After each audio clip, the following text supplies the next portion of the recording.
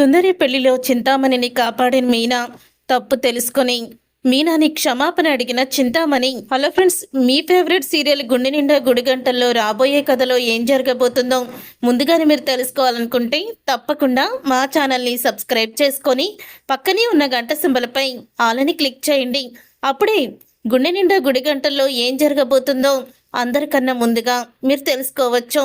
Video నచ్చితే తప్పకుండా like చేయండి. చివరి వరకు స్కిప్ చేయకుండా చూసేయండి. ట్విస్ట్ అయితే అదిరిపోతుంది. కామాక్షి డాన్స్ క్లాస్కి వచ్చిన చింతామణితో ఇలా అంటూ ఉంటుంది, మా సుందరి పెళ్ళి నువ్వు తప్పకుండా రావాలి చింతామణి అని అనడంతో అప్పుడే ఇక చింతామణి, అవునా మీ సుందరి పెళ్ళ, మరి పెళ్ళికి డెకరేషను పెళ్లి కొడుకు వాళ్ళు చేసుకుంటున్నారా అని అడుగుతూ ఉంటే, లేదు మన మీనా ఉంది కదా తనే డెకరేషన్ చేస్తుంది అని అనడంతో ఒక్కసారి చింతామణికి చాలా కోపం వస్తుంది. నన్ను వదిలేసి ఆ మీనాకి ఇస్తారా మీరు డెకరేషను? చెప్తాను, పెళ్ళికి తప్పకుండా వస్తాను అని చింతామణి కామాక్షితో చెప్తుంది. తర్వాత ఇక చింతామణి మనసులో ఇలా అనుకుంటూ ఉంటుంది, నేను తప్పకుండా ఆ పెళ్ళికి వెళ్ళాలి, అక్కడ 10 మందిలో మీనాని అవమానించాలి, ఇదే నేను ఆశపడుతుంది అని అనుకుంటూ చింతామణి పెళ్లికి వెళ్ళడానికి నిర్ణయించుకుంటుంది. సుందరి పెళ్లి రానే వస్తుంది. ఇక అందరూ కూడా పెళ్లి మండపానికి అయితే వస్తూ ఉంటారు. ఇద్దరు భార్యాభర్తలు ఇక ఆ పెళ్లికి పిలవని పేరంటానికి వచ్చిన అతిథుల్లాగా వస్తారు. అంటే వాళ్ళిద్దరు కూడా దొంగలు. పెళ్లికి వచ్చిన వాళ్ళెవరైనా బంగారపు నగలు పెట్టుకొస్తే వాళ్ళ దగ్గర నగలు కొట్టేయడానికి ఇలా ప్రతి పెళ్లిలో మారు వేషాలు వేసుకొని తిరుగుతూ ఉంటారు భార్యాభర్తలు ఇద్దరు కూడా. అక్కడికి కూడా వాళ్ళు అయితే వస్తారు. వచ్చిన తర్వాత అప్పుడు ఇక కొంతమంది, మీరు ఎవరి తరపున వచ్చారు అంటే పెళ్లి కూతురు తరపుని చెప్తారు పెళ్లి కొడుకు వాళ్ళతో. పెళ్లి కొడుకు వాళ్ళు అడిగితే పెళ్లి కూతురు తరపు అని చెప్పి, పెళ్లి కూతురు వాళ్ళు అడిగితే పెళ్లి కొడుకు తరపు నుంచి వచ్చామని అనడంతో అప్పుడు ఇదంతా గమనించి మీనా, వీళ్ళేంటి అక్కడేమో పెళ్లి కొడుకు తరపున అన్నారు, ఇక్కడేమో పెళ్లి కూతురు తరపు అంటున్నారు, 2 మాటలు మాట్లాడుతున్నారేంటి అని వాళ్ళ మీద అనుమానం అయితే కలుగుతుంది మీనాకి. తర్వాత ఏంటయ్యో దగదగా మెరిసిపోతుంది కళ్యాణ మండపం అంతా కూడా అని అంటూ ఉంటుంది దొంగతనానికి వచ్చిన ఆమె. అప్పుడే ఆమె భర్త కూడా, అవును కానీ వాళ్ళందరూ వేసుకున్నవి ఏమన్నా బంగారపు నగలా ఏంటి, గిల్ట్ నగలు, అందుకే దగదగా మెరిసిపోతున్నాయి, చూసావు కదా వడ్రానం దగ్గర నుంచి ఆ హారాల వరకు ఎలా ఎంతంటే గిల్ట్ నగలు పెట్టుకున్నారో, ఇక్కడ మనకి పని జరిగేటట్టేమీ లేదు అని అంటూ ఉంటే, వాళ్ళు పెట్టుకున్న దాంట్లో బంగారపు నగలు కూడా ఉన్నాయి అని అనడంతో అప్పుడు ఇంకా నీకెలా తెలిసింది అని భర్త అంటాడు, నాకు బంగారం ఏదో డూప్లికేట్ ఏదో బాగా తెలుస్తుంది, అదిగో అక్కడ చూడు పట్టు చీర కట్టుకొని నగలు వేసుకుంది కదా, ఆమె వేసుకున్నవన్నీ కూడా బంగారపు నగలే, ఆమె పక్కన లావుగా మరొక మనిషి ఉంది చూడు, ఆవిడ వేసుకుని గిల్ట్ నగలు, ఆ షైన్ చూసి నీకు చెప్పేయగలను అని చెప్తూ ఉంటే, ఆ మాట విని భలే కనిపెట్టావే, అయితే ఇక్కడ ఉన్న వాళ్ళందరిలో ఆమె కదా ఎక్కువ నగలు వేసుకుంది అని చెప్తారు. వాళ్ళెవరో కాదో నగలు వేసుకుంది చింతామణి, డూప్లికేట్ నగలు వేసుకుంది ప్రభావతి. చింతామణిని చూసి వీళ్ళు మాట్లాడుకుంటూ ఉంటారు, ఈమెను గనక మనం పక్కకి తీసుకువెళ్ళి ఆ నగలు కొట్టేస్తే ఇక చాలా రోజులు దొంగతనం చేయాల్సిన అవసరం మనకి లేదు, మోసం చేయాల్సిన అవసరం కూడా లేదు అని చెప్తూ ఉంటాడు అతను.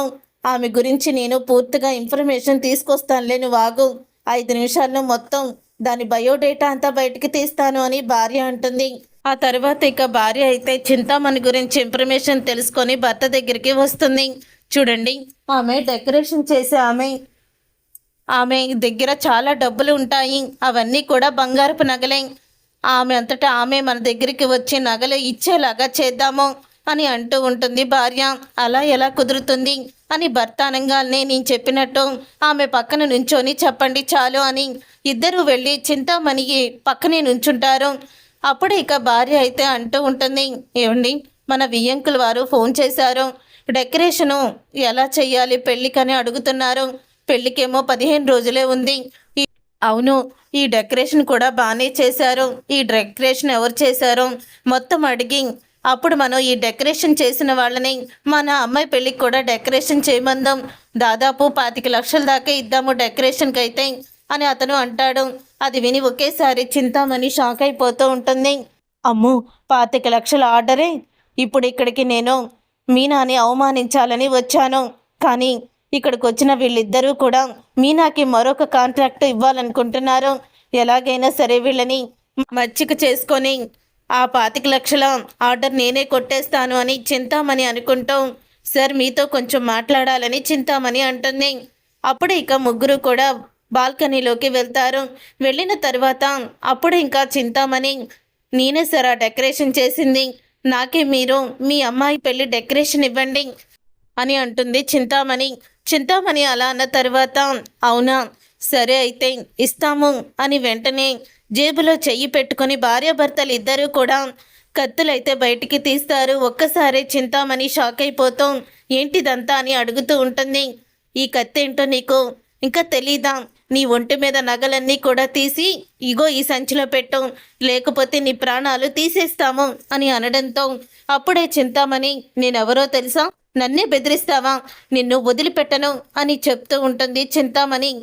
అప్పుడు ఇక దొంగ, ఏంటి అసలు నువ్వు బయటికి వెళ్తేనే కదా ఇప్పుడే నీ గొంతులో ఈ కత్తి దింపి నిన్ను చంపేసి నీ నగలు తీసుకొని పారిపోతాము అని అతనైతే ఇక పొడవడానికి చింతామణి దగ్గరికి అయితే వస్తాడు. చింతామణిని పొడవబోతూ ఉండగా కత్తిని పట్టుకుంటుంది మీనా. ఇక మీనా చేతిలో నుంచి రక్తం చాలా ధారగా కారుతూనే ఉంటుంది. అది చూసి చాలా ఎమోషనల్ అయిపోతూ ఉంటుంది చింతామణి. ఇక ఇంతలో బాలుని పిలుస్తారు. ఇక బాలు ఆ భార్యాభర్తలు ఇద్దరిని కూడా చితకబోతాడు.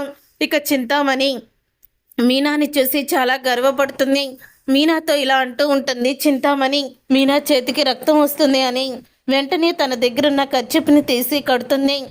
నీ మనస్తత్వాన్ని, నీ మంచితనాన్ని అర్థం చేసుకోక నిన్ను చాలా అవమానించాను మీనా, నన్ను క్షమించు.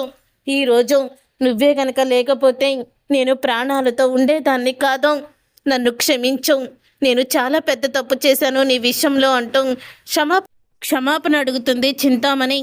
చూసారుగా ఫ్రెండ్స్, రాబోయే కథలో చింతామణిలో ఇలాగే మార్పు రాబోతుంది. మరి ఇలాగే జరగాలని మీరు కోరుకుంటే తప్పకుండా వీడియోని లైక్ చేసి మా ఛానల్ని సబ్స్క్రైబ్ చేసుకొని పక్కనే ఉన్న గంట సింబల్పై ఆల్ అని క్లిక్ చేయండి.